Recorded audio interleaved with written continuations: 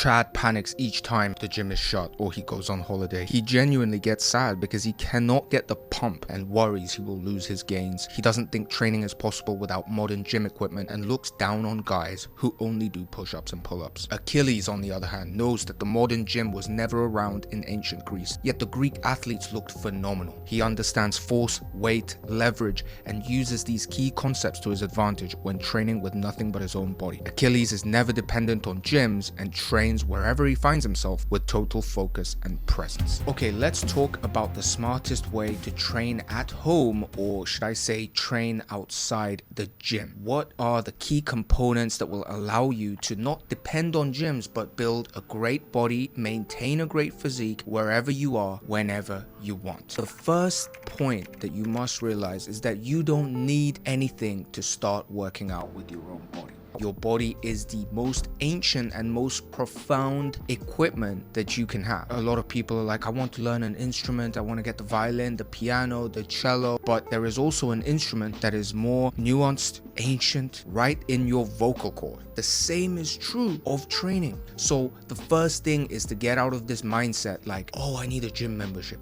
Oh, the gym is shut. Oh, I'm going traveling. I'm screwed because I'm not going to be able to work out. No, you just need a little bit of creativity and a mindset shift. The second point is that you must have a plan and stick to it. A lot of people approach bodyweight training like a makeshift one-day kind of thing. They've never done bodyweight training systematically with progressive overload, building up to harder variations of core exercises. They never took the effort to learn about bodyweight training as much as they learned about gym training. The form, the variations, the rep ranges, the rest times. The thing with bodyweight training is it's also like a gift that keeps on giving. Once you get familiar with the core exercises and you have a plan, you can show up each time with insane focus, knowing exactly which exercises need to be done for how many reps, how many sets. The most important thing is that you have some kind of plan, some kind of exercise list and routines and progressive overload that you follow. It's not just like do push-ups until you're tired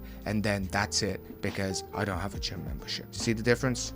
Next point, you must stick to the fundamentals: push-ups, pull-ups, dips, inverted rows. For the upper body, and for the lower body, any kind of squat, single-legged I recommend because they activate your core for balance, single-legged squats, single-legged deadlifts, single-legged hip thrusts, as well as, difficult variations like pistol squats, even Nordic curls, sissy squats, ATG split squats, tibialis raises. The list keeps going on, but they are phenomenal exercises that are extremely functional, extremely good for your athletic performance because you are dealing with your own body weight and balance all the time. You're gaining mastery over your own body, which translates directly to athletic and functional movements outside of the gym. Whereas with gym equipment, it's very static, it's very locked in. It's rare that we replicate those exact movements outside of the gym. So start thinking of bodyweight training as an opportunity to gain lots of improvements in other areas of your life and your physique. Don't see it as a lackluster makeshift substitute for the gym. Next point, start adding weight or build up to harder variations. This is one of the key things that people don't do in bodyweight, because bodyweight training we learn kind of in school and in the military, right? How many push-ups can you do? How many pull-ups can you do? And it doesn't occur to us that the reason we do 5 to 8 reps, 5 to 10 reps in the gym is because that's the optimal rep range for strength building as well as muscle hypertrophy. We can apply the same logic to bodyweight training. So once you can do 10 reps of a certain exercise with bodyweight, because it's less mentally taxing, we can push the number higher, 12 reps of a certain exercise, you can start adding weight. Let's say you can do 12 push-ups. Why not wear a bag and do push-ups? Why not try to extend one arm and go down to one side? Why not elevate your feet? Why not even build up to a one-arm push-up? You can always make the exercise harder rather than just adding more and more reps. And this is actually how you incorporate strength training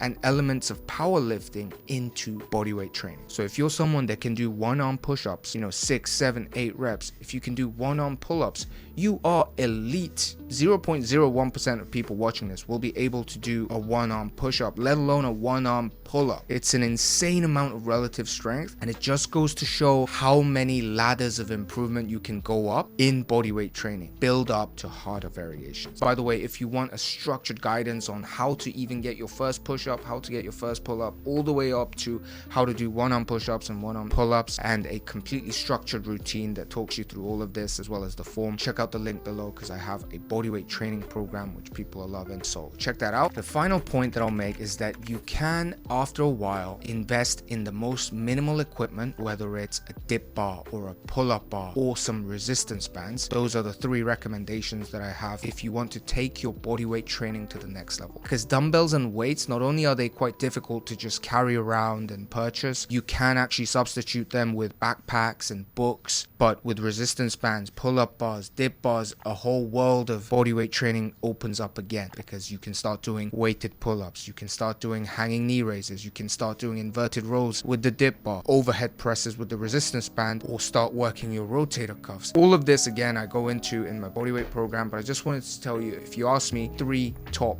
equipment to purchase to take your bodyweight training to the next level, then it would be those 3. Now let's say you're traveling to somewhere where gym membership, gym equipment is not that accessible. You're going to the beach. Look, you don't need any of that equipment. 1-arm push-ups, feet elevated push-ups, inverted rows, dips with the rocks, shoulder presses with rocks. Remember, that's how our ancestors trained and prepared for war, and they looked amazing, and they were way more functional without all the back pain and all the problems that plague modern society, precisely because instead of using artificial weights with uniformly distributed barbells and dumbbells, they resorted to the most fundamental, most profound, and most sophisticated training equipment in the world, which is their own body. If anything, this video is to cause a mindset shift about bodyweight training, because if you wanted to learn exactly how to do it, there's all kinds of routines and things, but the most important thing is that you don't kind of look down on it, but you see it actually as an opportunity. The margin of benefit that you stand to gain from adopting bodyweight training is so big, especially if you're someone that's been going to the gym all the time. I promise you, if you do 1 day of bodyweight training, you'll feel soreness across your entire body. That just goes to show that when you do bodyweight training, you're going to be activating a lot of muscles that you aren't really doing efficiently in the gym. They try a 1-arm push-up, see how your obliques and your lower back get lit up. If you haven't tried it, you're leaving massive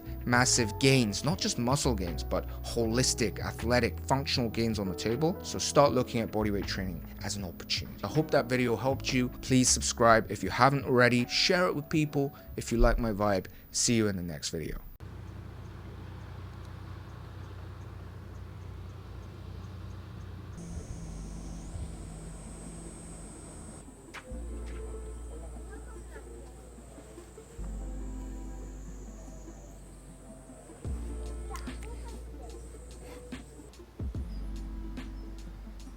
You can see that there are a lot of opportunities to use this environment to train.